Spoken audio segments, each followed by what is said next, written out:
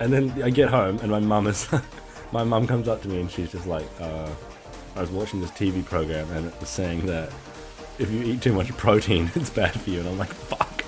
She's like, James, I hope you're not eating too much protein. I'm like, Mom. People are constantly raising the bar. Sacrifices need to be made. What would you guys say are your biggest weaknesses? You or your enemy right now? It's success of life. Just a fucking podcast. Fuck. God, fucking damn it. That's ridiculous. Like, that's actually kind of just funny. Like, you couldn't think of like a more cliche thing for someone to come up and say to you, like, at that point in time. I know, it's just like, bro, fuck's sake. I tried to explain. I was like, Mum, okay, we've demonized fat, we've demonized carbs. Are we gonna do it to protein now? Like, Mum, there's nothing left. Like, for fuck's sake, honestly. But yeah, I think one of the like the best analogies I've heard for sort of like dealing with that question of like whether protein's bad. It's like, this is specifically related to the kidney issue, but when people are just like, if people that have like bad kidneys and things like that, they're taken away, protein's reduced for them. Like, obviously protein is detrimental to the kidneys or something like that. And it's like, the best analogy I think I heard is like if you have a broken leg, you certainly shouldn't be doing squats. But it's just like, there's no way that like squats are bad for your legs unless you have a broken leg, sort of thing. So it's like, just because you remove something in the situation of like ill health doesn't mean it is actually causative of ill health. Yeah, and I think like that's the thing. It's like, that's like why one of the topics I actually list on here is like, how do we know evidence-based fitness is not a fad? Like, that's something that I would like to, even myself, I outline that to myself, because I'm like, there's days where I'm like, hold the fuck up. Am I the one getting tricked? Like, I'm still like, fuck, like, maybe we're just, because I guess like the evidence-based community is pretty small, right? Like, really? Like, if you took out everyone at UEBC, like, evidence-based would be destroyed. Like, for real, it's like dangerous to keep them all in the same room. Fucking Al Qaeda just organized like a hit on the F-45 comes and like just destroys. Lyle McDonald just fucking just stabs his flag on the fucking ashes. Yeah. And I feel like it's so fucking small and there's so few of us that it's like, is it a fad? And I'm like, but how the fuck could it be a fad? But then you look at things like, okay, this is like, but I guess everyone in it is extremely good at arguing. So it's like, yeah, I guess, because I was talking to my lecturers, one of them didn't believe in calories in, calories out, so I was kind of being like, what the fuck? And trying to talk to them about it and trying to understand how the fuck they believe that. And like podiatry, the main thing that causes the fucking issues is obesity. So I'm just like, bro. And then they were like, oh, how do you know your sources are reputable? I'm like, I couldn't really articulate it that well. And I was like, there's like a bunch of them, they're all good, they rely on research. And I'm like, and they're like, yeah, but like, and I'm like, fair call. No, very true. Yeah, very true. So that's something I think would be cool to outline. But do we want to dive into that first of all? Is there any way, from your perspective, how do you differentiate like evidence-based fitness? So like, for instance, all the practitioners at UEBC or all those people, and even then everyone else in that space that would like, be under the same sort of niche as the speakers. Evidence-based fitness, generally physique-based. And then what differentiates them from like Gary Taubes? And like, is there anything we can sort of know to think, okay, these people are not pulling the wool over our eyes? Like, so I don't think there's, I'm a bit of a believer in we can't know anything for certain. So we must just be guided by like the sources of information that are available to us.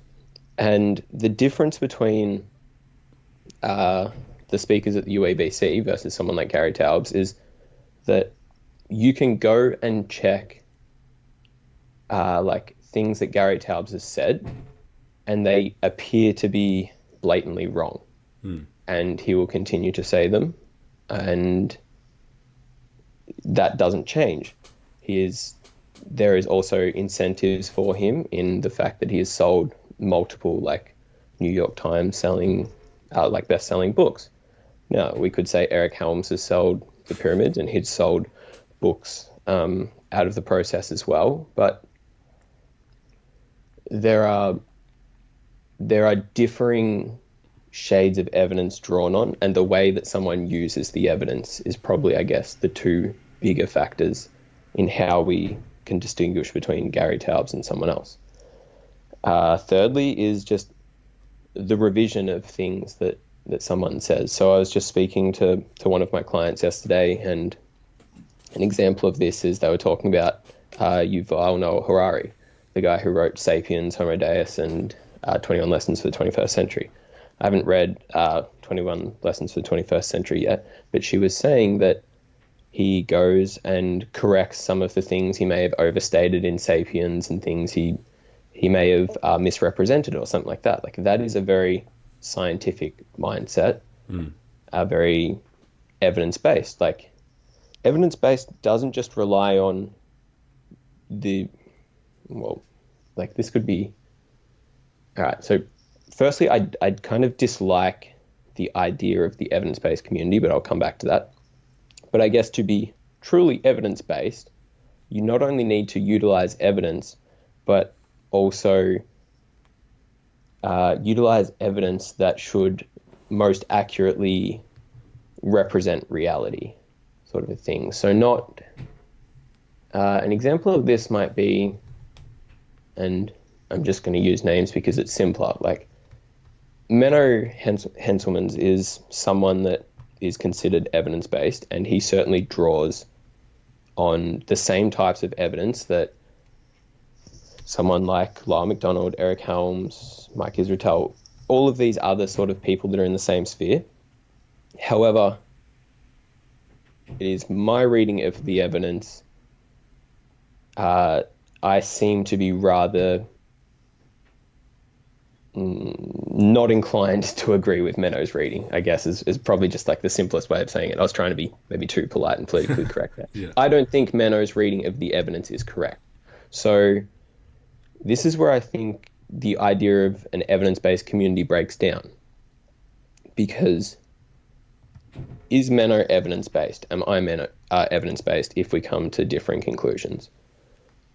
Why are we considered evidence-based, say both of us, and like Steve Hall's Facebook group, they're considered evidence-based. Lyle McDonald's Facebook group considered part of the evidence-based community, depending who you ask. Like, it's not like any bro is using, they're not using evidence to get the results. It's just like they realize that lifting weights, training hard, eating protein has resulted in muscle growth, better physiques for the people that they surround themselves with. So why would they be more inclined to go and listen to some fucking dweeb in like me? Like, why they are surrounded by evidence of what they do works. So the question you asked was how can we look at differences between Gary Taubes and others? As I said, I think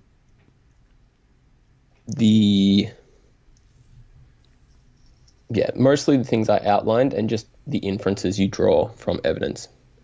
There are certainly giveaways of when someone is potentially not doing it for the best interest of others. So I think Gary is very overstated in the way he says things, and I think another example of this could potentially be Matthew Walker, like the sleep Why we sleep expert guy. Yeah, so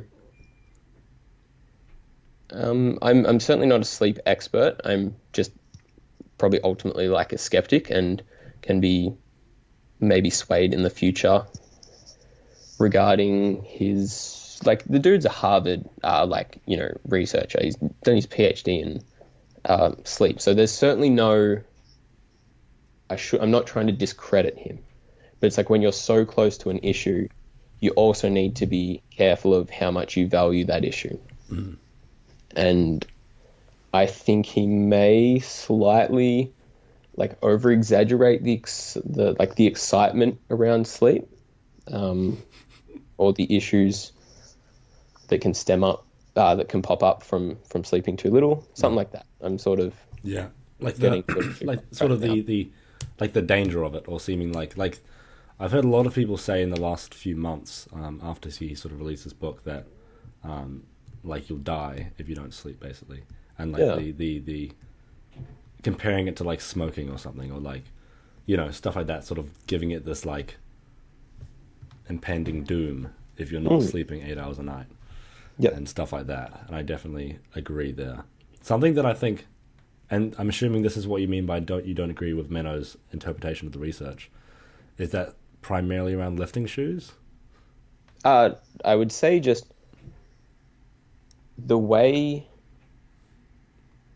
Menno probably reads the entirety of the research. I find myself mostly no, I wouldn't say mostly in disagreement with. This is where I'm.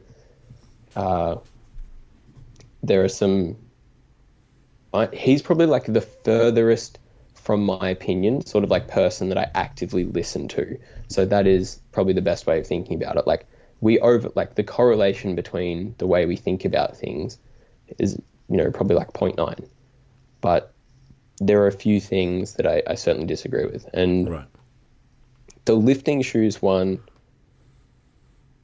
it's just that's an example of probably how I think sometimes he thinks about things in a backwards manner. So Menno sort of made the claim that there's no evidence for basically using squat shoes. I guess that would you say that's a good summary of sort of his view? From what I know, yeah. I certainly don't want to mischaracterize him after I've spent 5 minutes bashing him, but that's fine. He doesn't know who I am. I don't exist in Menno's world, so that's fine. So he sort of came through with the claim of there's no evidence for lifting shoes. And if we're the evidence-based community, why are we doing that sort of thing? But we are the evidence-based, the value of evidence is to help us achieve the outcomes we desire. Okay. We aren't looking for evidence. We're looking for the outcomes. The evidence helps us get to the outcomes. And there's just so much, I would say, at least anecdotal evidence of people really, really valuing squat shoes. Yeah. So whenever you're looking to potentially alter behavior or something like that, I think a very simple model for looking at things, and we may have discussed this a little bit in the obesity chat we had, is looking at incentives and constraints. So if an individual gets squat shoes, goes and buys squat shoes, there's an incentive there to use them. They've picked a color they like, a design they like, and we see this all the time at JPS. Clients will train with us for a month and then go and buy squat shoes, and then all they want to do is squat. It's I could be the really pessimistic evidence-based trainer and be oh no, you don't need squat shoes. You can just raise your heels, or it's there's no evidence for squat shoes, blah, blah, blah. It's if that's going to encourage someone to squat, there's an incentive there. Perfect. The exact thing happened with me in leg press. I hated every leg exercise, and then I bought squat shoes, and now all you see on my feed is me fucking leg pressing. Yeah. And it's just there's a reason. Literally, I would not squat if I didn't have squat shoes. I would not leg press. I just wouldn't fucking want to. It's it's crazy that it's that big of a deal. No, I totally agree. I don't think there's probably too much there that I need to drum home. It's personally, squats feel not amazing when I squat with squat shoes, but they feel so much better when I squat with squat shoes than when I don't squat with them. Yeah. I feel it more in my quads. I feel it less everywhere else. I can squat deeper. I have more stability. I don't need a piece of research to tell me that like even if you are gaining nothing, those subjective things add value, and Yeah. you know, tip it over to the point of like, why the fuck wouldn't you do them? Yeah, they cost like $180. Maybe that's why you wouldn't do them. If you want to buy squat shoes or you already have squat shoes, feel free to use them. Yeah. Even if it's just to throw at Menno, like just no, I'm not going to mention Menno again. I really like the guy, and I really tried to listen actively to his talk because I know he has contrary views to the way I read things. So It's almost the someone best like that person is to listen very to. valuable. Yeah. It's almost like the very person that you should probably try and listen to most. Like, it's like with me, of all the every time I've talked about politics on the show, it's like almost like I talked about it a little bit with Helms and Ben, and then that was like they had quite contrasting views to me, and I was like, whoa. And it was like I respect everything else they say, so I like there's probably reasons they're intelligent people. I have to go and seek out why, and then that definitely was like, oh shit, and it sort of swung me a little on the other side of the political spectrum, I would say, which is, I would say, a good thing in terms of just because it broadened my knowledge, and then I got to do more and learn more, which is always fun. But one thing, would you generally, this is just a random question, in terms of, obviously, I love the leg press. I live my life on the leg press. I sit there every damn day. Like I leg pressed yesterday. I'm gonna leg press tomorrow. Every day of my life. Love it. Do you generally agree? I don't know. Have you seen? It's pretty common nowadays. Like how everyone's changing. Like leg press, I feel like it's blown up in the last year due to like Mike, Steve, some people like that. Do you generally agree with that whole how they use the leg press, like for instance increasing range of motion through squat shoes, through bands, through plates behind you to make you closer if your leg press doesn't go down far enough. Do you like that? Do you not like that? General thoughts? Yeah, I think like on average I can certainly lend my support to those things. I'm like the idea of increasing range of motion seems somewhat counterintuitive to me because like I feel like that is the first thing you should be trying to achieve when lifting, like perfecting technique with the largest range of motion possible. Now there's sort of been this swing in like everyone's increasing range of motion, but my sort of like counter thought is like, why weren't you using full range of motion to begin with? And I know we all go through sort of like a developmental phase, and it's like we don't even know that's important. It's just we get in, put weight on, move our knee joint somewhat, and be like, yep, grew some quads today. So yeah, I guess that's my thought. Like, but that shouldn't just apply to the leg press. Like you should be using the largest range of motion for like a working muscle possible that's safe. The quads is just one example of that. In regards to like shifting yourself forward, if the leg press doesn't have a very large range of motion, you bottom it out, for sure. Continue, like do that if you are altering the setup in a way that's still safe. Like if you're just piling plates behind you, it's like causing pressure in your lower back, or there's instability. What you're gaining from increased range of motion, you're probably greatly sacrificing in risk of like injury, something like that. Larger ranges of motion are typically better because they decrease your risk of injury because you don't have to use as much load to get the same training effect. Right. And then in terms of, do you generally agree with the premise of using bands, like across the board? Do you use them? Do you try and use stuff like that? Do you think it's useful, not useful? That is something I certainly am still trying to work out in my own head. So I'm unsure whether you should greatly alter the strength curve of the lift. So let's take the leg press, for example. Let's go a squat. That might be easier. So at the bottom of the squat, your quads are pretty much loaded maximally. You have the greatest moment arm on the quadriceps, on the knee joint. And Wait. So what do you mean by the greatest moment arm? So does that mean...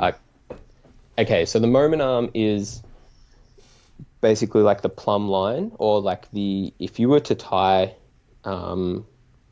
like a little weight to like on a piece of string and hang that from the barbell, which is the moment, like the point of force that is acting upon you. So the barbell sitting on your back, that is the moment. When you're standing upright, there's basically the moment is going straight through all your bones, and there's no moment arm acting on anything. But then once you break at the knees and the hips, your hip joint shifts backwards, your knee joint shifts forwards, and then the moment arm is the distance between that line straight down from the barbell and then the perpendicular line from your hip joint and your knee joint.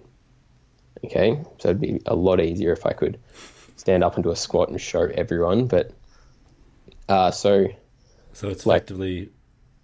I mean, I'm still trying to struggle. I've tried to Google moment arms and I cannot figure them out, but is it essentially torque?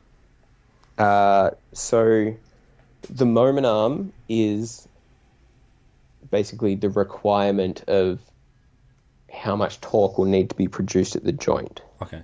So like the moment arm in an RDL is basically from, again, we take the line from sort of your scapula to the barbell in the bottom position, sort of the scapula to your barbell, like there's a line drawn there, and then your hip joint. There's a very large moment arm at the hips, and that's what causes the hip extensors to have to work super hard. Okay, so the larger the moment arm, the more difficult or the more torque required. Yep. Okay. Yep. Exactly right. So another example we could think of it is like when you do lateral raises with your arms really bent and close to you, that's creating a very small moment arm and then a really large moment arm if you extend your arms.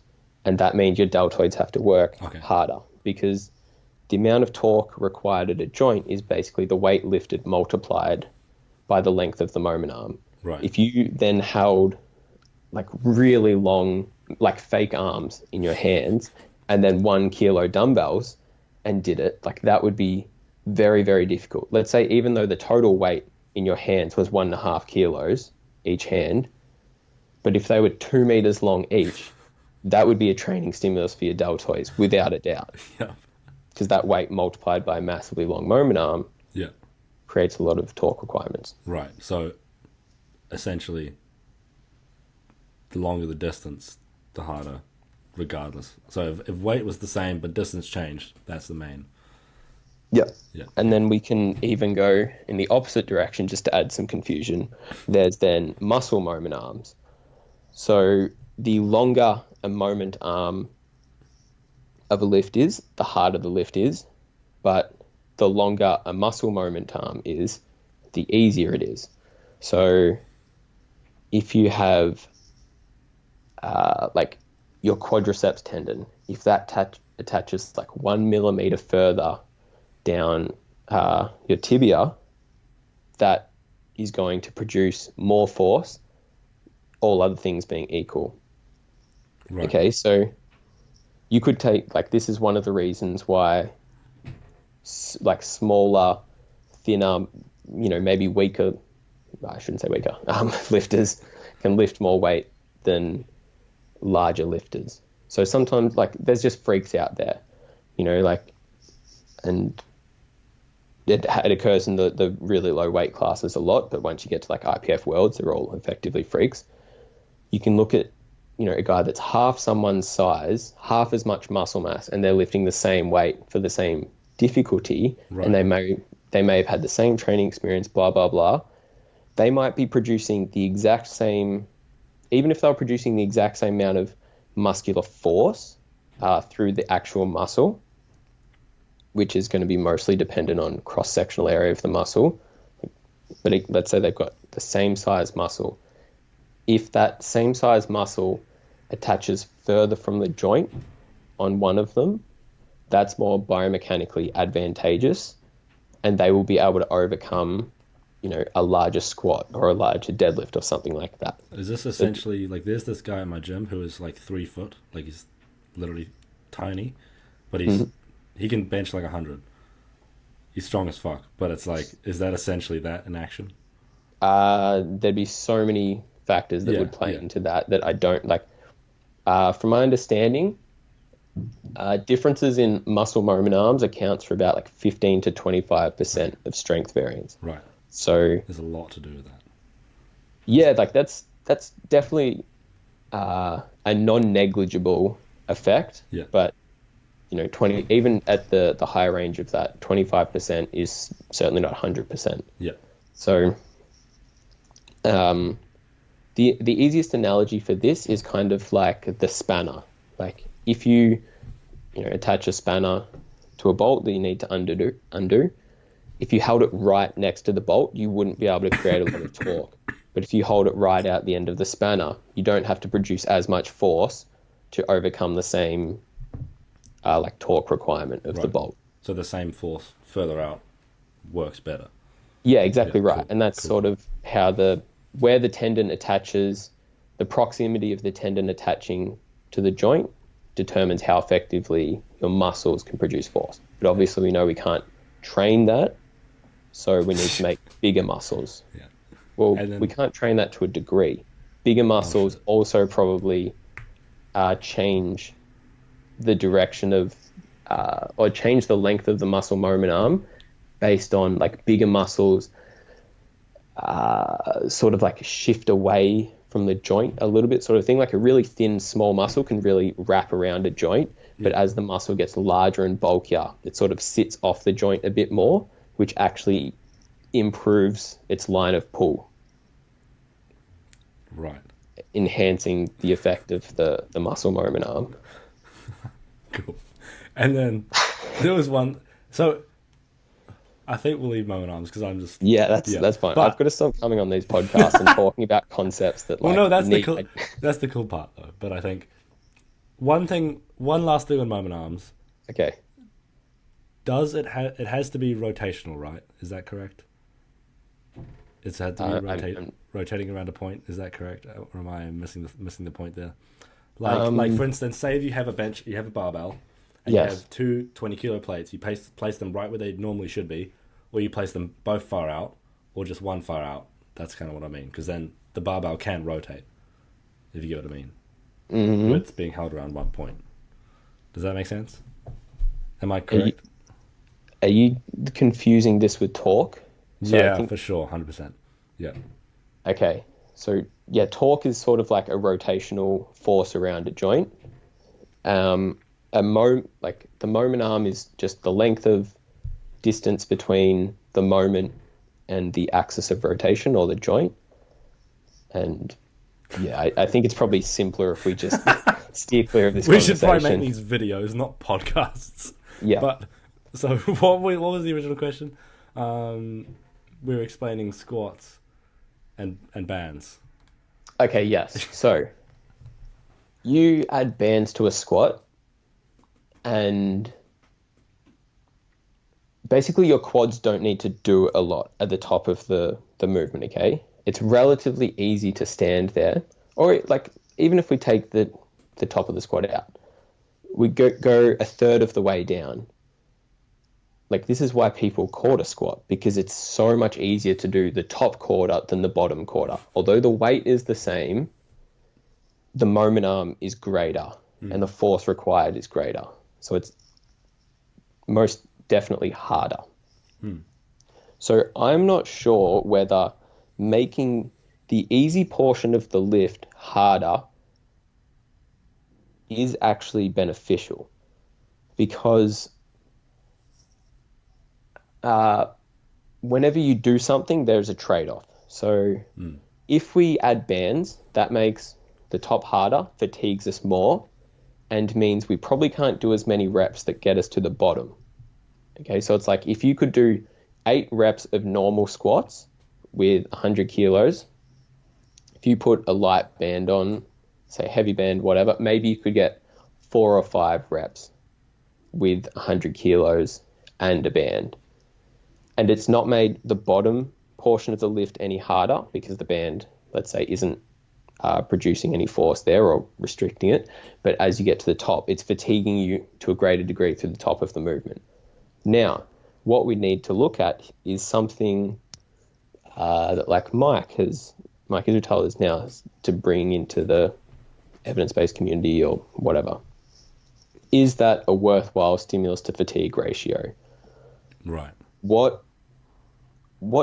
is the ratio of stimulus gain to fatigue gain of adding bands to that lift?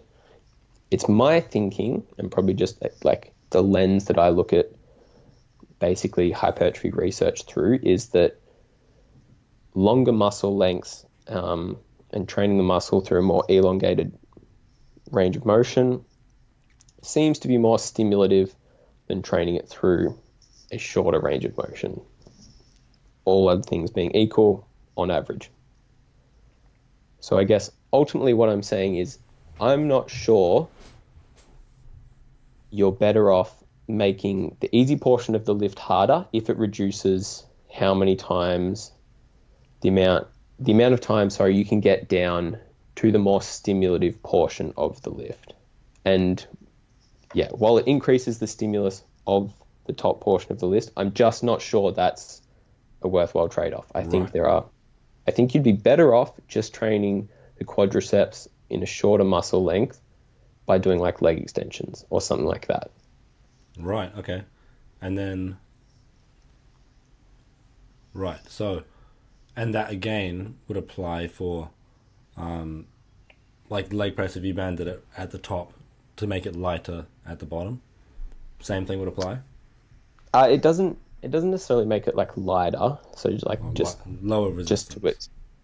Well, it would have, I guess, like the same resistance at the bottom if we're using standardized weights. Yeah.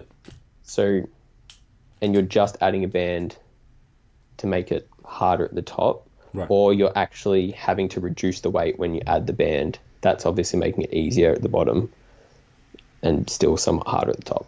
Anyway, this I think it's more acceptable on the leg press because you don't have the same degree of axial loading. Right. So, like when you're standing at the top of a squat with bands, it's just like a heap of weight being like going through your body, just like your spinal erectors are working overtime. Everything's keeping you just upright. Very, very taxing, especially centrally. However, we don't have that to the same degree on the leg press, so I think it's more acceptable to use bands. But as I said, I'm just unsure whether that's the best way to go about it. I think ultimately it's going to make all difference. And I think provided you're leg pressing with bands, leg extending, doing a variety of leg movements, you'll have good leg growth. Right, okay.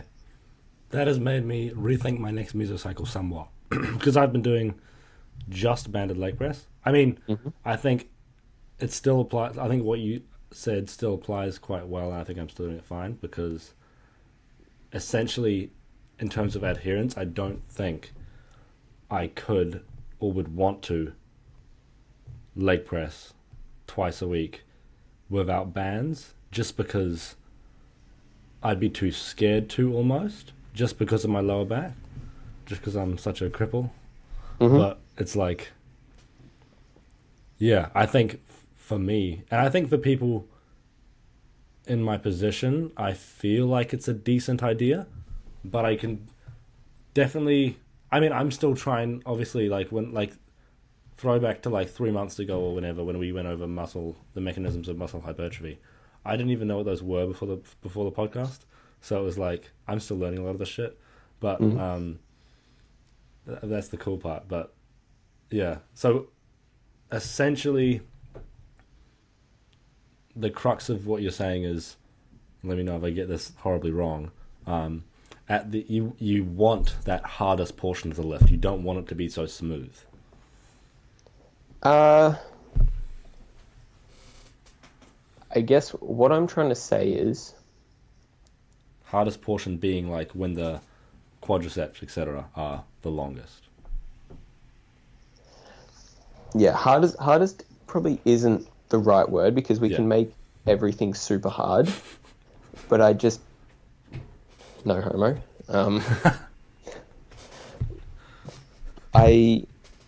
So there is a very big stimulus and likely a very big fatigue occurrence when you train the bottom range of motion. You get more muscle damage, but probably more muscle growth than if you were to just train the top third. But let's say when you train the bottom third, you get like 0.8 growth and 0.5 damage, something like that. And then if you were to train the top third, you might get, what did I say, 0.8 and 0.5? You might get 0.4 and 0.3. 0.4 growth, 0.3 damage or fatigue. Now, if we were to make the top harder using bands, you might get, let's say, both of those double. You get 0.8 growth as you do with the bottom, but you might get 0.6 fatigue or damage or whatever, something like that. So that is not as much of a beneficial trade-off of if you were to just go with the lesser fatigue and lower growth and damage of the top portion without bands, and you got more of the bottom portion where there was a greater disconnect between the amount of growth achieved and damage that you had to go through to achieve it. Right.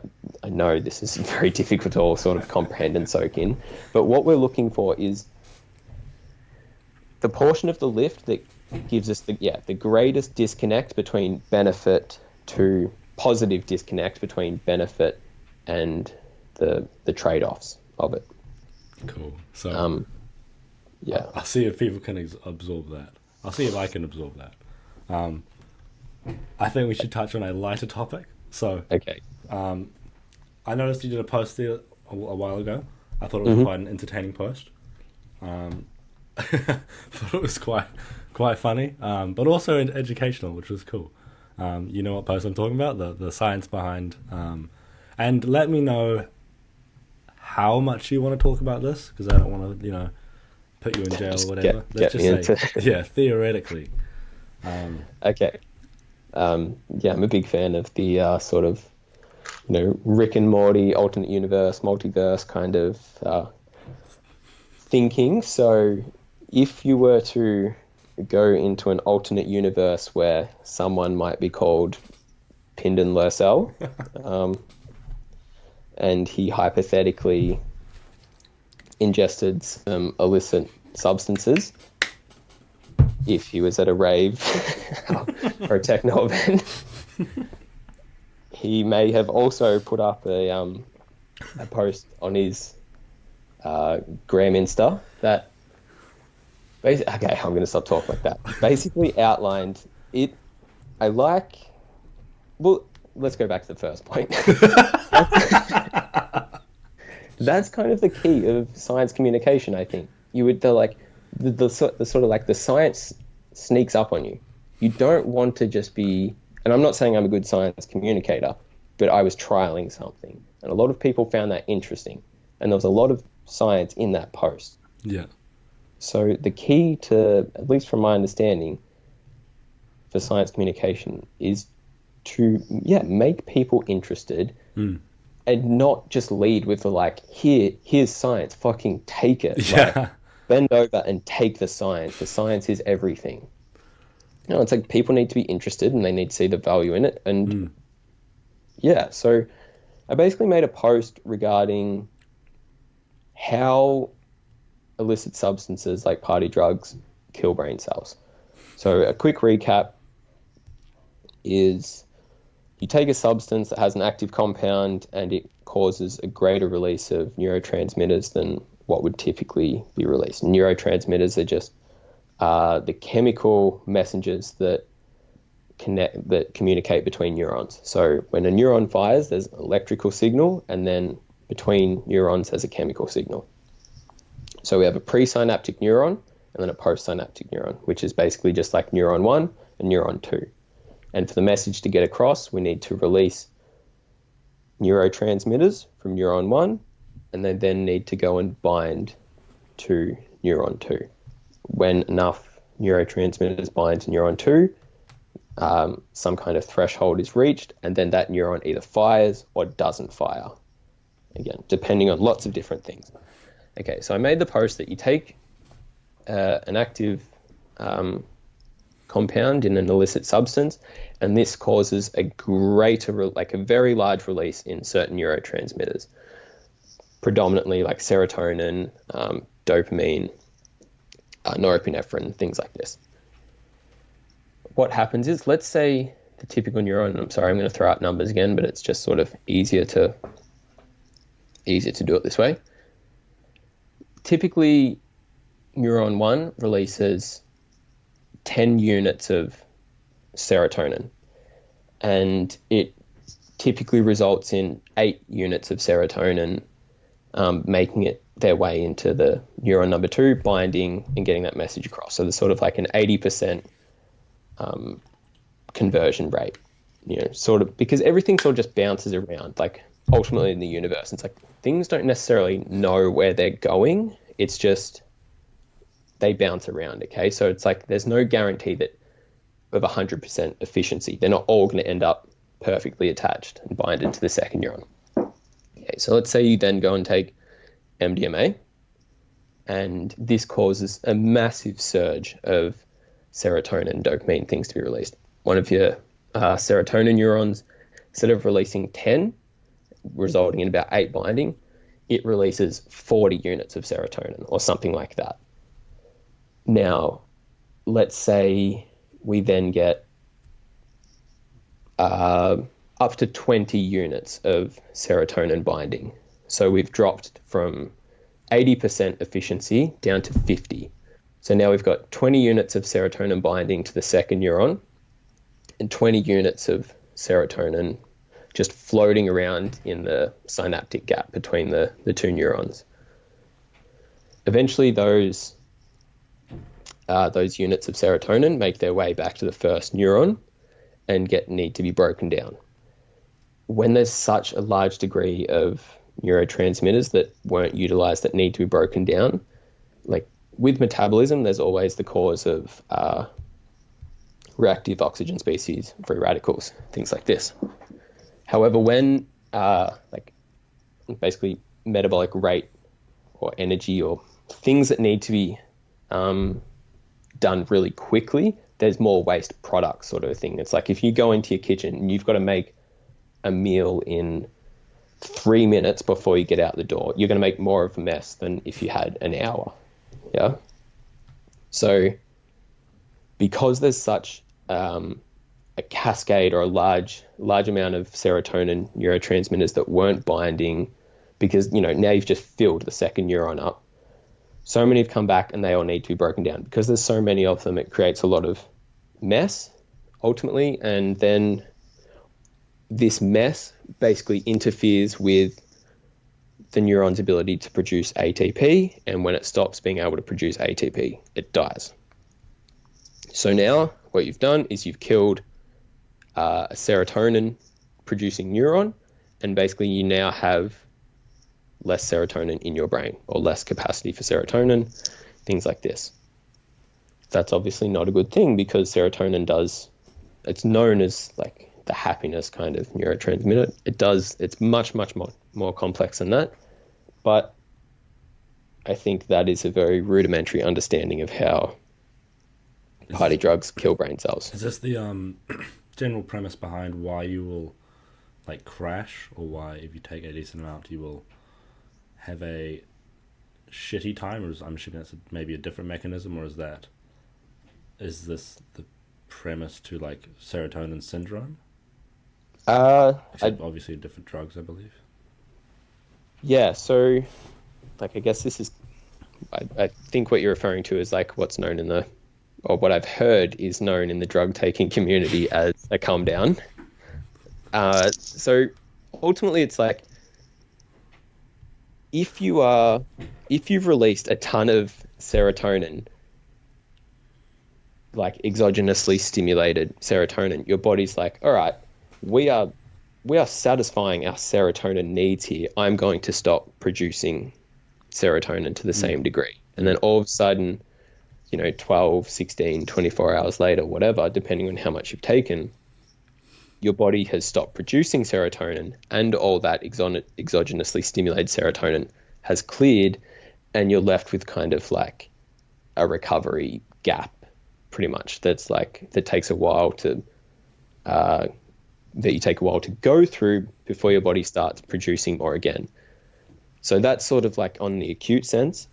But then on the chronic sense, yeah, if you kill brain cells over time, it's like, yes, we regenerate some, but you definitely don't want to be killing off serotonin brain cells more than what you're reproducing them. Yeah. So you need to be... So like the premise or like the thesis of my post is kind of like, if you are to do this, you should do it in a very calculated and smart manner. You probably cannot completely mitigate the acute or the chronic effects of taking it, but you might be able to preserve the long-term health of your neurons, your brain cells, more than if you were to just go out, take a ton, kill a bunch of brain cells, release a bunch of neurotransmitters, and yeah, that's not going to be good for you long term. Yeah, and I believe there was compounds you recommended. You theoretically recommended to mitigate some of the effects of this, possibly. Yeah, so and this is again, like, I'm not the genesis of this information. Like, these are all things I've read, and I'll just quickly say there is a good website out there called rollsafe.com or .org or something like that. If you are interested in going on having a look yourself, not that your listeners would be interested in ingesting what's probably like a class A substance or something like that, I'm not sure. But yeah, so this is like the end of that post. I was just like, science really is the magic that works. Like, that's a quote by Kurt Vonnegut, and he said science is the magic that works. Because like, you can address this problem through scientific means. So you can, the problem, to my understanding, okay, and this is not, I'm certainly not an expert in this area, I'm just interested in science and techno. There's some certain things that fall into those two Venn diagrams that overlap, but the problem is essentially free radicals, overproduction of free radicals. So like antioxidants and things like this can potentially help to buffer against those free radicals. So something like N-acetylcysteine, acetyl-L-carnitine, alpha-lipoic acid, CoQ10, things like this may help. There's other things like vitamin C, another powerful antioxidant. Certain magnesiums might help with the jaw clenching that hypothetically goes on with amphetamine ingestion. But that is, yeah, if anyone is interested, I highly recommend just going on and reading and learning about these things. Like, don't put yourself in the dark about something. Don't be like, it will be okay, it will work out. My friends do it and they're okay, kind of a thing. Because because your friend is okay now, like... Yeah, like, why not learn the science? It's like, same with steroids, I think. It's like, they're not the best thing to do, but it's like, regardless, shit tons of people are going to do them. Mm-hmm. If you live in the UK, you can get them pretty fucking easily. And I'm still skeptical as to whether I should even like try and get people on to talk about them here. I've had like one guy on, sort of two, and that went okay. I think it's reasonable. I think they're okay suggestions. I trust their judgment reasonably well. So it's like, but then like I think it's same. It's like with condoms, right? It's like, would you rather have teenagers have condoms or not have condoms? Probably have them. Like they're probably gonna fuck more, but they'll probably fuck a little safer. So it's like that's probably a good thing, and I feel like it's the same case here. Like kids are going to do this stuff, and it's like, why? You know, like it's better they have some kind of education around it. It's like how they have pill testing nowadays. It's like that's a pretty cool thing, I'd say. Like it's probably a good idea. But then, I mean, how many people are they going to test it and then on the night do it anyway? Probably a reasonably high amount. So, yeah, I definitely agree with the... I mean, I'm still doubtful as for some of the subjects, like steroids, whether you should teach about them, but I would say, yeah, probably. Because it's pretty, like, there's jack shit information around how to do them safely. So I feel like it's a reasonable idea to teach around them, but then again, yeah, it really depends, because you get some, like, if I was in an alternate universe, if I was a bit dumber, I reckon 2 years into lifting, if steroids were easy to get where I live, I could have done them, which is like retarded because I was like 65 kilos. So it's like, yeah, I mean. And then I also thought I knew a lot, so Dunning-Kruger effect at work. I thought I knew what I was talking about. And now the more I go on, before with moment arms, I don't know what the fuck you're talking about, you know? It's like shit like that. It's like, I have no clue, so...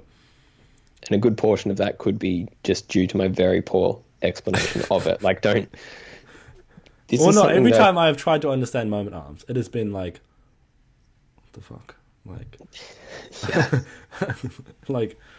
Talk, I get 100%. Moment arms, I'm like, the fuck? No clue. Honestly, no clue. But I'll see if I can find some good sources or videos or something for you that could be helpful. Enlighten myself. Hopefully, we'll see. I mean, I struggle to translate it to muscles, but yeah. I think that's a fantastic note to end it on. Fantastic last topic. Beautiful and very educational. And I think it has a lot of cross applications. Got a few raves coming up, so they're always going on. Yep. So all year round. You can certainly be sure that there is always a rave coming up. So that's great. I hear you have a book coming out and a seminar going on in Stanza. Do you want to talk a little bit about those? Anything else you want to pimp? Feel free. Yeah, so very, very large segue, I guess, from my hypothetical universe that may or may not be occurring somewhere into my professional career, where I'm trying to be a somewhat intellectual practitioner in the fitness realm.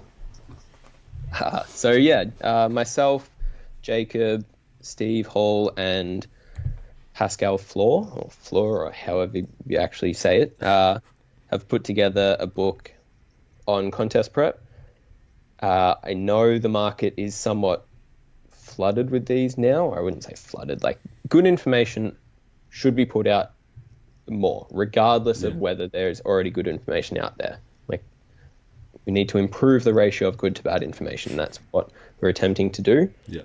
The reason we also feel okay with putting this book out is, like, we started it before we knew anyone else was going to put one out. Like, yes, Lane Norton has put out a contest prep book.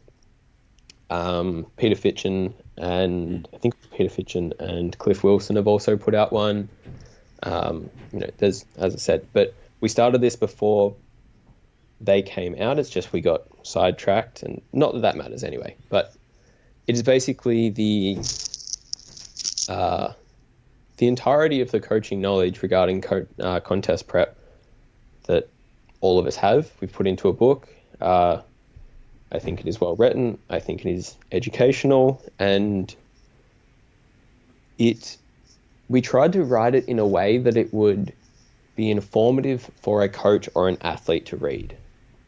It's very practical, and there are, like, we bounce between here's sort of like the science of what happens, but mostly we stay in the realm of, and here's what the fuck you can do about it.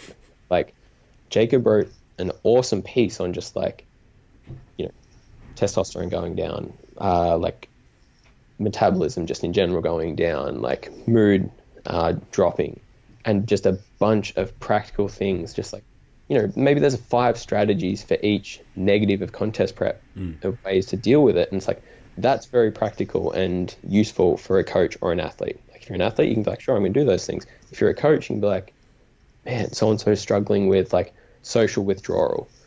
What's the book say? Oh, yeah, actually, those are all really good ideas of like ways to reinvigorate how socially they are.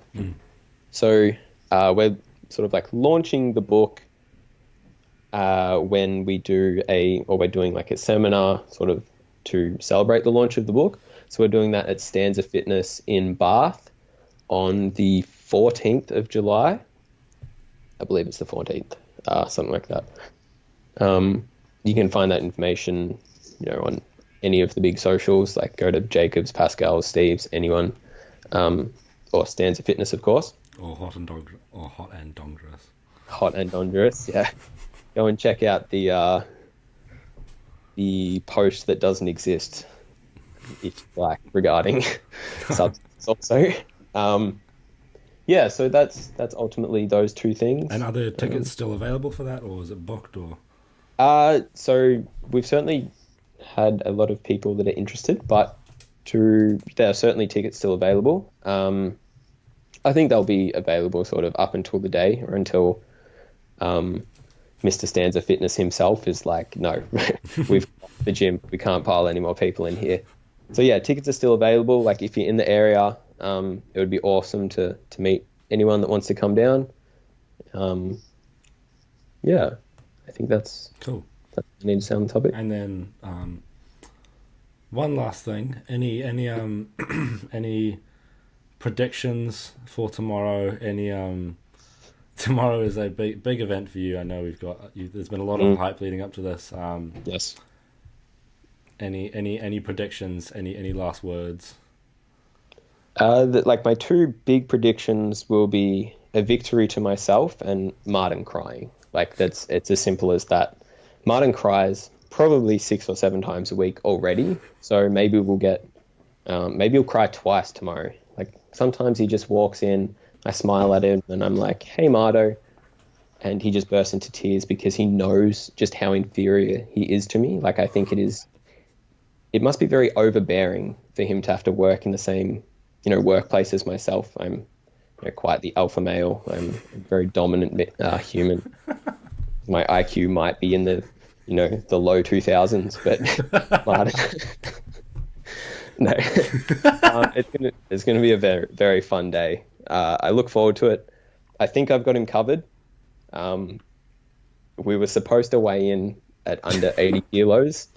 I have been under 80 kilos, like 79.9 the last few mornings, but I ate a massive dinner last night and didn't weigh in this morning. So I may be on the treadmill with sweating it out in my soft suit, you know, before weigh-in, but no, it should be a really fun day, and it's been really cool.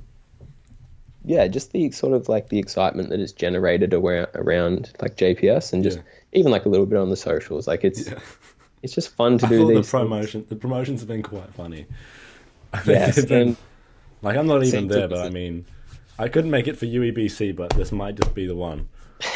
Well, if you show up just knocking at the door like a cold, like a kid out in the cold tomorrow, I'll be like, brilliant.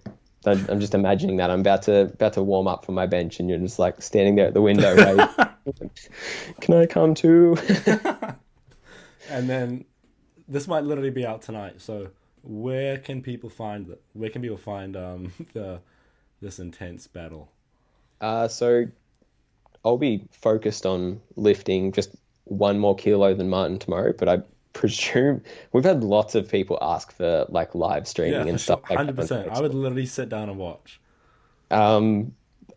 Jacob's the social media man, so I don't know where he'll put it. It might go on Facebook, it might go on Instagram, it might go on both, but keep an eye out tomorrow on Jacob's Instagram story. And yeah, if you want to give me a follow because I'm going to get more followers than Martin because I'm more important than Martin. Wait, And didn't at Martin just cross 1400? How many do you yeah, Marto just crossed 1400. Good I'm on only him. sitting in the sort of the low 1300s, Ooh. and he lets me know about it on a daily basis. I think it's a bit of a cop out. It's He fine. does I've a lot still of got more cheap. like both of you, so it's cool. Yeah, you've got us covered. Like, Not by and much, really, though. there's nothing to follow accounts. Like I'm much more concerned with Putting out whatever like beautiful actively posts. engaging with individuals is, whether it be in person or online. Like Yeah. a follow account means nothing unless it means it will upset Martin when I get more than him, which it will. So yeah, people should follow me. Anyway, I've rambled. And what was your Instagram handle again? It is hot_and_Dongerous. Never changing, just beautiful name, keep it forever. Jacob suggested the other day, and this is a man who's tried to make me change it, to just change it to fuckboy PhD. Which the fuckboy title is not something I don't think I've ever agreed to. That is purely speculation that occurs, or anything of the such might occur. So I blatantly disagree with that. But I also don't think throwing PhD in my Instagram name is something I'll do until I'm Eric Helms or Mike Israel status at least. Fair enough. Fair call there. Hey guys, thank you very much for listening to this episode. I hope you give us a review or you really enjoyed the episode. Let me know any feedback. I'm always open to any criticism, anything like that. Reach out to me on Instagram at James_Walsham. Or if you'd like to follow my business account, follow at the Hypertrophy Hub. Yeah, thank you guys so much for listening. If you would like to help the show, there's a list of ways to do so in the show notes, but if you're wondering how, the best thing to do is just give us a review on iTunes or just let me know how the show can be improved. Thank you very much.